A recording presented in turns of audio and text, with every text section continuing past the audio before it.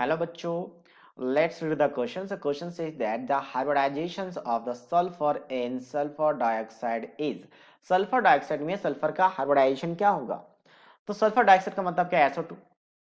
ठीक है, अगर मैं ऑक्सीजन की बात करूं तो एटॉमिक नंबर होता है 8 और सल्फर की बात करूं तो कितना होता है 16। सल्फर की बात करूं तो 16।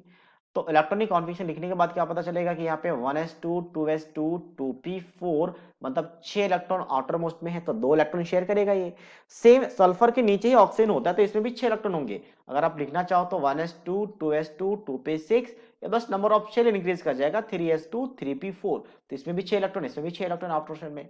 तो दोनों ही क्या करेगा, ऑक्टेट कंप्लीट करने के लिए दो दो इलेक्ट्रॉन को शेयर करेगा। लेकिन हालांकि यहाँ पे सल्फर ऑक्टेट कंप्लीट करने के बाद भी एक्सटेंड कर लेता है।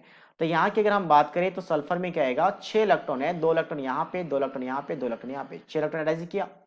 तो ऑक्सीजन के आउटर मोस्ट में 6 इलेक्ट्रॉन है तो 2 इलेक्ट्रॉन यहाँ पे लिखते हैं सामने, 2 इलेक्ट्रॉन शेयर करेगा तो यहाँ पे 2 बॉन्ड बन जाएगा, एक सिग्मा एक पाई।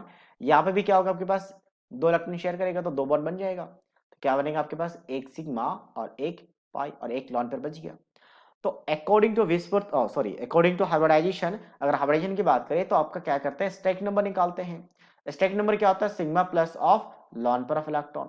ठीक है, sigma plus lone pair of electron अगर आपका क्या हो 2 हो तो हाइब्रिडाइजेशन होता है sp। अगर sigma plus lone pair of electron 3 हो तो क्या आ जाता है ये sp2। और sigma plus lone pair of electron 4 हो तो ये क्या आ जाता है sp3।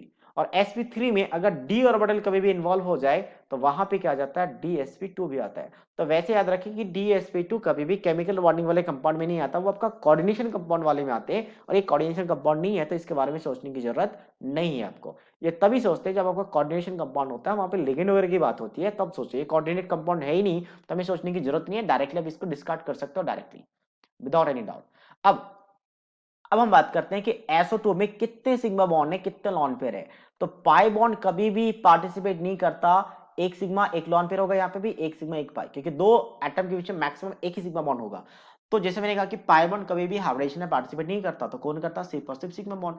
कितने सिग्मा बॉन्ड, दो सिग्मा बॉन्ड, कितने लॉन पेयर, एक लॉन पेयर, तो टोटली कितना हो गया, 3 आ गया। और लॉन पेयर सिर्फ इसका काउंट करना, टोटल नहीं, लॉन पेयर इनके पास भी है, सिर्फ सेंट्रल एटम का जिसका हाइब्रिडेशन हम निकाल रहे हैं। तो टोटल 3 आ गया, मतलब हाइब्रिडेशन क्या आ जाएगा, sp2। That means sp2, option C is the right answer of this question.